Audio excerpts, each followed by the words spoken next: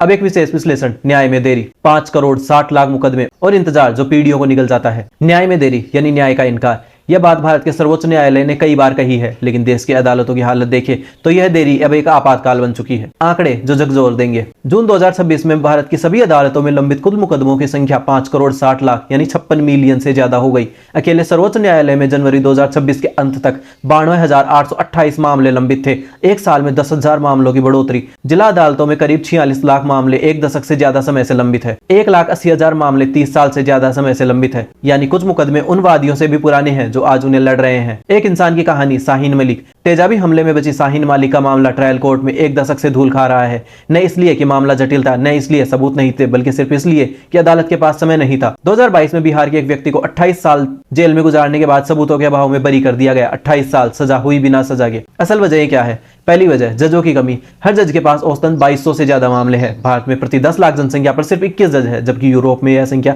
210 और अमेरिका में 150 है। उच्च न्यायालयों में 30% से ज्यादा पद खाली है। दूसरी वजह, सरकार खुद सबसे बड़ी मुकदमेबाज। केंद्र और राज्य सरकारें अपने ही बयानों से देश की सबसे बड़ी मुकदमेबाज है। सुप्रीम कोर्ट के 73% मामलों में सरकार पक्षकार है और इनमें से अधिकांश को बेकार माना जाता है। तीसरी वजह, बजट की कमी। भारत की कुल न्यायपालिका का बजट 2026-27 में $540 मिलियन यानी 0.08% है। चीन की तुलना, जहां अदालतों में आर्टिफिशियल इंटेलिजेंस से लाखों मामले तेजी से निपटाए जा रहे हैं, वहां भारत की न्यायपालिका बजट उसकी कुल आबादी और मुकदमों की संख्या के मुकाबले नाकाफी है। नतीजा क्या होता है? भारत की 75% जेल आबादी विचाराधीन कैदियों की है, यानी जिन्हें अभी सजा नहीं हुई लेकिन वे जेल में है। यह अनुच्छेद 21 का सीधा उल्लंघन है, जो जीवन और स्वतंत्रता का अधिकार देता है। न्यायिक देरी की वजह से भारत को हर साल जीडीपी का 1.5 से 2% नुकसान होता है।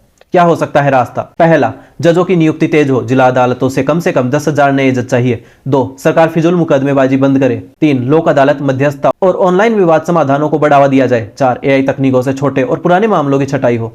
पूर्व मुख्य न्यायाधीश प्रदीप नंद्राजोग ने कहा, हम न्यायपालिका को विफलता की तरफ धकेल रहे हैं। अगर समय पर न्याय नहीं मिला तो समाज अराजकता की तरफ जाएगा। 5 करोड़ 60 लाख लोग इंतजार में हैं। उनमें कोई बलात्कार पीड़िता है, कोई बेदखल किसान, कोई बेगुनाह जेल में। लोकतंत्र का वादा न्याय था, वह अधूरा है।